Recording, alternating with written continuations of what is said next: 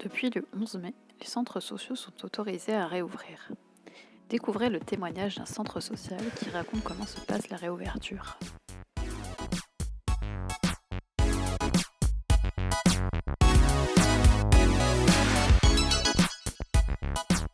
Gaëlle Beauverger, je travaille au centre social Tianol à Plorin-les-Morlaix dans le 29.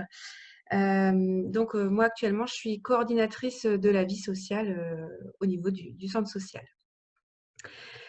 Pour nous, la réouverture du centre, c'est travailler à plusieurs niveaux, avec le directeur qui a travaillé sur les plans de continuité d'activité de Tianol, avec la lecture des décrets, la mise en place des protocoles sanitaires indispensables afin d'accueillir prioritairement deux de nos ateliers artistiques, mais aussi le centre de loisirs.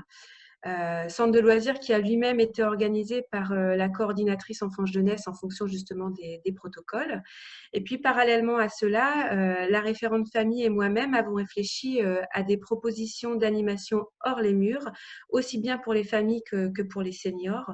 L'idée est vraiment de permettre à tous de se retrouver sous des formes très simples, mais qui permettent progressivement de sortir du confinement. Et on voit bien que cela n'est pas facile pour tout le monde. Donc l'enjeu principal, je crois que c'est l'envie pour tous de se retrouver pour de vrai. C'est vrai que c'est une phrase que nous avons souvent entendue au cours de la période qui vient de s'écouler. Donc nous, tout au long du confinement, nous sommes restés en contact avec les adhérents, nous sommes restés à l'écoute. Nous avons passé de nombreux appels téléphoniques, réalisé et distribué plus de 600 masques, distribué aussi des kits de jeux, de coloriage aux familles. Ma collègue référent famille a également organisé des groupes de parole de parents via WhatsApp avec les autres centres sociaux du territoire. Nous avons été également relais vers d'autres professionnels. En fait, pendant cette période, on est toujours allé vers.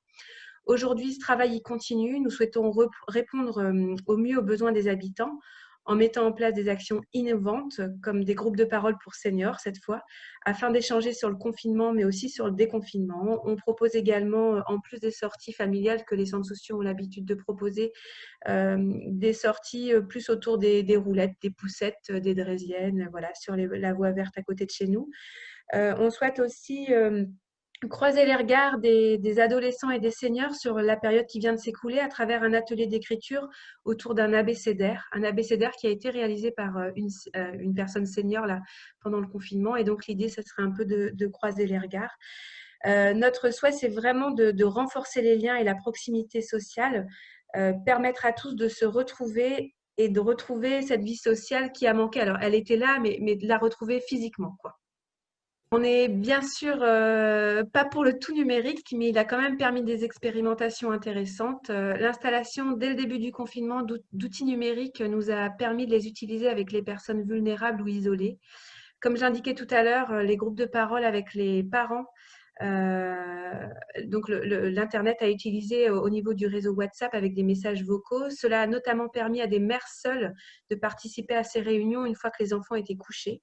Et donc, nous, on a décidé de poursuivre cette forme de groupe de parole à partir de septembre. Les appels réguliers aux bénévoles a également permis de réfléchir à de nouvelles modalités d'échange pour avoir plus de liens.